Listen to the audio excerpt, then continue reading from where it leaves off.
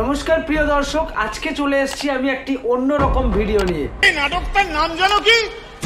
জনতার চার্জশিট, জনতার চার্জশিট, জনতার চার্জশিট, জনতার চার্জশিট। হোয়াটসঅ্যাপ এবং ফেক নিউজের চক্করে পড়ে মগজ ধোলাই হওয়া কিছু এলিট কলকাতার মানুষদের এই প্রোগ্রাম জনগণের chargesheet. People out here say symbolic of the fight which is currently on.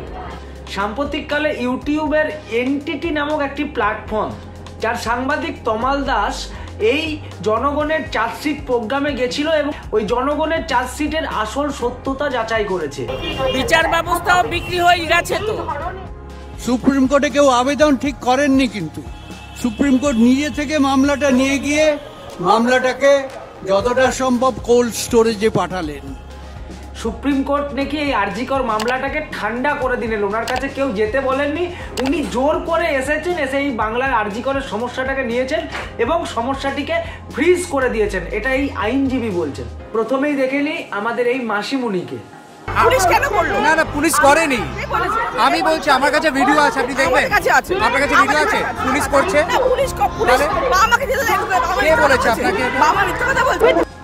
শুনুন, এদের মধ্যেই অনেকে বলছে যে তারা নাকি সুপ্রিম কোর্টকেও মানে না, তারা দেশের আইন আদালত কোনো কিছুকে মানে না। তো বলছি এদের তো ভারতে না থাকাই ভালো।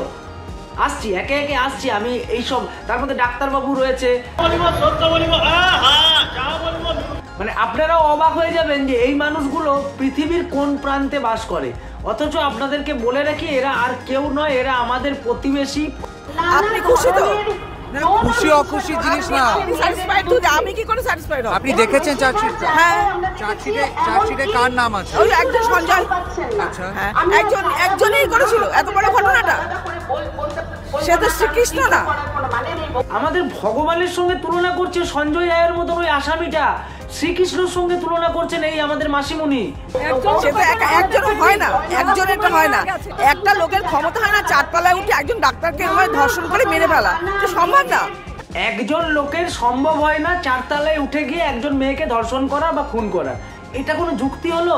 113টা কামড়ের দাগ, 113টা কামড়ের দাগ, 113টা কামড়ের দাগ এবং তার স্পাম পাওয়া গেছে অনেকটা 100 গ্রাম। তাহলে 7-8 জন ধর্ষণ করা ছাড়া এইরকম স্পাম পাওয়া যায় না। আঙুল ভাঙা, মাথ ভাঙা, কলার বোন ভাঙা কখনোই সম্ভব না একার পক্ষে। 113টা কামড়ের দাগ, এটা কোনো জায়গায় লেখা নেই, কোনো জায়গায় লেখা নেই। সেন্ট্রাল ইনভেস্টিগেশন রিপোর্টে কোনো জায়গায় লেখা নেই। এগুলো তো ঠিক নয়। কলার বোন ভাঙা ছিল না? অনেক কিছুই ভাঙা ছিল, অনেক কিছু ভাঙা ছিল না, অনেক কিছু ভাঙা ছিল না।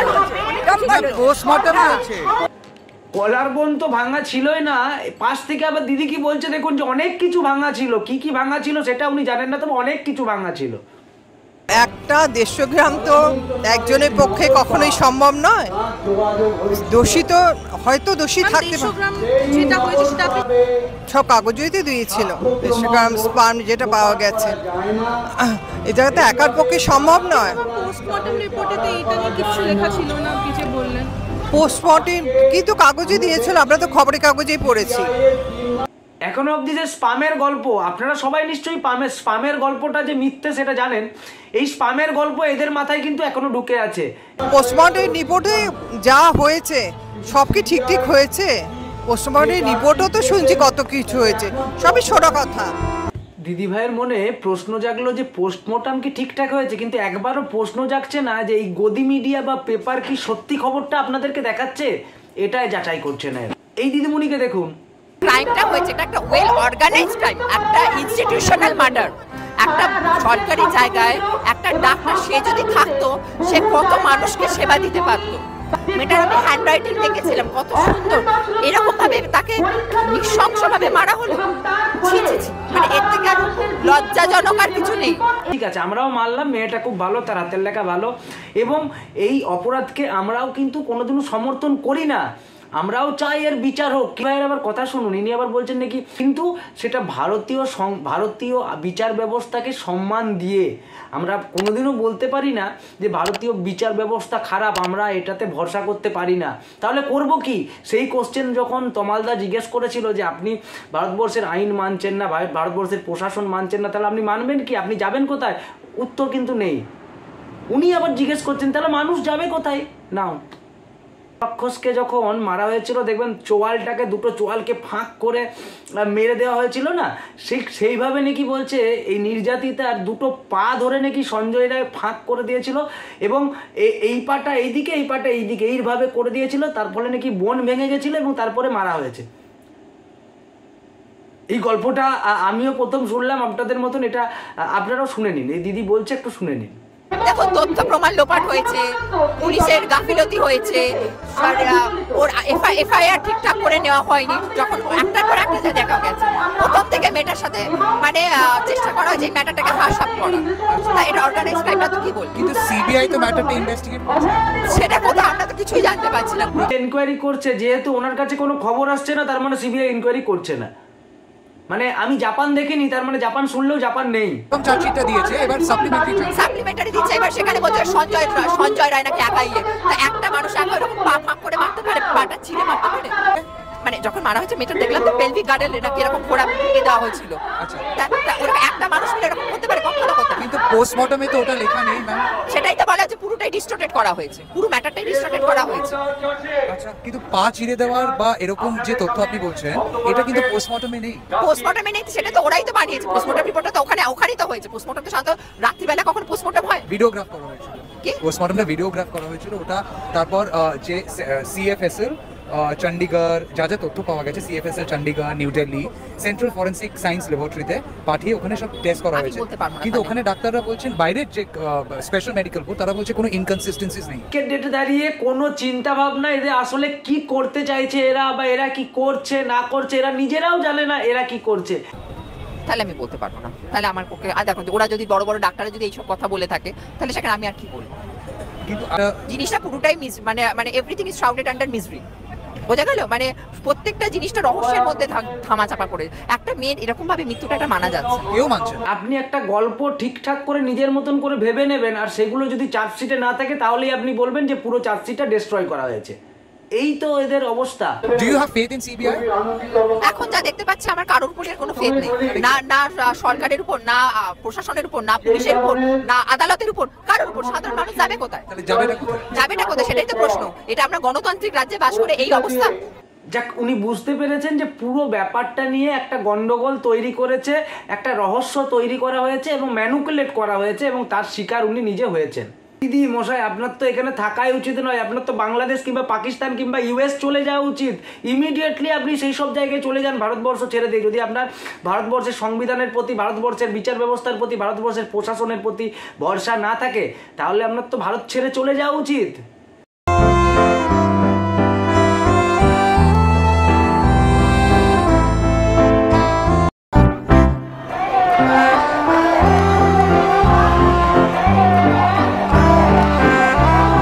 পোস্টমর্টেম রিপোর্ট কি আদেও ঠিকঠাক হয়েছে? ওখানেও তো শুনছি গোলমাল হয়েছে, মানে ওই শুনছি।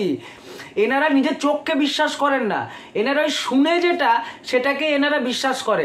মানে ভাবুন একবার, যদি কেউ হঠাৎ করে এনাদের কাছে এসে বলে আপনার কানটা কাকে নিয়ে চলে গেল, এরা কানটাতে হাত না দিয়ে ওই কাকটার পিছনে ছুটতে আরম্ভ করবে। এই ধরনের মানুষ হচ্ছে এরা। সুব্রতী চট্টোপাধ্যায়, সুব্রজ্যোতি চট্টোপাধ্যায়। ডক্টর চ্যাটার্জি, আপনারা আজকে যে এই পুরো প্রোগ্রামটা করলেন, তো এটার অবজেক্টিভটা কি আছে? একটাই অবজেক্টিভ, সেটা হলো যে তিলোত্তমা ভয় নাই, রাজপথ ছাড়ি নাই এবং জাস্টিস প্রয়োজন আমরা ছিনিয়ে আনবই। যে যত হয়তো দেরি হচ্ছে কোনো একটা কারণে, কিন্তু হতে পারে হয়তো কাউকে আড়াল করার জন্যে বা ইচ্ছা করে হয়তো ডিলে করছে। সিবিআই তো প্রুভ করছে, সিবিআই চার্জশিট তো সময় সময়। দেখুন, একটা আমার নিজের মেজমামা, আজকে স্বর্গীয় মেজমামা, তিনি ব্যারিস্টার ছিলেন এবং আমার একটু অর্ধ লস বাই লস জানা আছে। দ্য এভিডেন্স ট্যাম্পারিং যারা করেছে, evidence tampering is also huge crime. যারা করেছে তাদেরকে ইমিডিয়েট কেন দেখা হচ্ছে না, তাদের কেন আওতায় আনা হচ্ছে না? সিবিআই সমস্ত কিছু ইন্ডিপেন্ডেন্টলি ইনভেস্টিগেট করেছে। বলছে Chandigarh CFSL, new Delhi CFSL, AIIMS Kalyani, AIIMS new Delhi, special যে মেডিকেল বোর্ড করা হয়েছে, সমস্ত hospital, central government hospital new দিল্লির কোনো রাজ্য সরকার নেই এবং তারা ইন্ডিপেন্ডেন্টলি ইনভেস্টিগেট করেছে। তো তারা যদি দেখতো যে এভিডেন্স ট্যাম্পার করা হয়েছে, তারা প্রকাশ্যে লিখতে পারতো। সেটা লিখছে না কেন সেটা আমরাও জানি না, কিন্তু এইটুকু বলবো, evidence tampering is a huge crime. এটা যে কোনো লয়ারকে জিজ্ঞাসা করুন। যদি না হয়ে থাকে লিখবে কেন? আমার ফরেনসিক মেডিসিনে যে কজন বন্ধু আছে, যা ইনজুরি পাওয়া গেছে অভয়া বা তিলোত্তমার বডিতে, এবং যেইটুকু আমার বিদ্যা, এটা একজনের পক্ষে করা সম্ভব নয়। Injuries like? There were different types of body injuries. As if? As if আপনার ছিল চার্জশিটে, সরি চার্জশিট বলছি আপনার। Tell me, I need to know. I want to know. এটা তাহলে আমাকে একটুখানি দেখে বলতে। You don't know? না না, আমি জানি। I can't recall at the moment now. Okay. Were bones broken? Yes. How many? Any particular bone which was broken? পায়ের বোন, মানে in the humerus one, it was actually totally rotated 180 degree. এটা তো কোনোদিন হতে পারে না। 180 degree? Yes. Okay. And but এটা একটু আমায় দাও দেখতে পাই, I can't recall at the moment now. কারণ সত্যি কথা বলতে আমার কাছে এই মাত্র খবর এলো যে আমার দাদু এক্সপায়ার করেছে, আমি সেই দিকেই ছুটে যাচ্ছি। So you can understand that I am not that in a mental state now. Apologies for that inconvenience. এই সবগুলি দেখার পরে আপনাদের কি মনে হলো যে এই আরজিকর ঘটনাটা নিয়ে যে আমরা এতটা উদ্বেগ প্রকাশ করেছিলাম, আদেও কি ঘটনাটা অতটা উদ্বেগ প্রকাশে ছিল? এটা তো আপনার মনে হচ্ছেই না। তবে সর্বোপরি একটা কথাই বলবো যে আমি আমার দেশের আইনকে বিশ্বাস করি, আমি আমার রাজ্যের প্রশাসনকে বিশ্বাস করি, আমার পুরোপুরি ভরসা আছে সঠিক বিচার নির্যাতিতার পরিবার পাবে। কারণ এইখানে মনে রাখবেন, রাজ্যের মুখ্যমন্ত্রী সুবিচারের দাবিতে রাস্তায় নেমেছিলেন এই কেসের জন্য। অতএব এই কেস সুবিচার পাবেই। এবং আজও অবধি জানিয়ে রাখি, আজও অবধি শিয়ালদা কোর্টে যে বিচার পদ্ধতি চলছে, বিচার পদ্ধতি কিন্তু আটকে নেই, বিচার পদ্ধতি চলছে। সকলকে একটা কথাই বলবো যে ফেক নিউজ প্রোপাগান্ডা ছড়ানোর যে হোয়াটসঅ্যাপ ইউনিভার্সিটি রয়েছে সেই হোয়াটসঅ্যাপ ইউনিভার্সিটির গ্রুপগুলোর থেকে বেরিয়ে আসুন। আবারও দেখা হবে অন্য কোনো দিন অন্য কোনো ভিডিও নিয়ে। এখন এই পর্যন্ত, ধন্যবাদ, সঙ্গে থাকবেন। জয় হিন্দ, জয় বাংলা।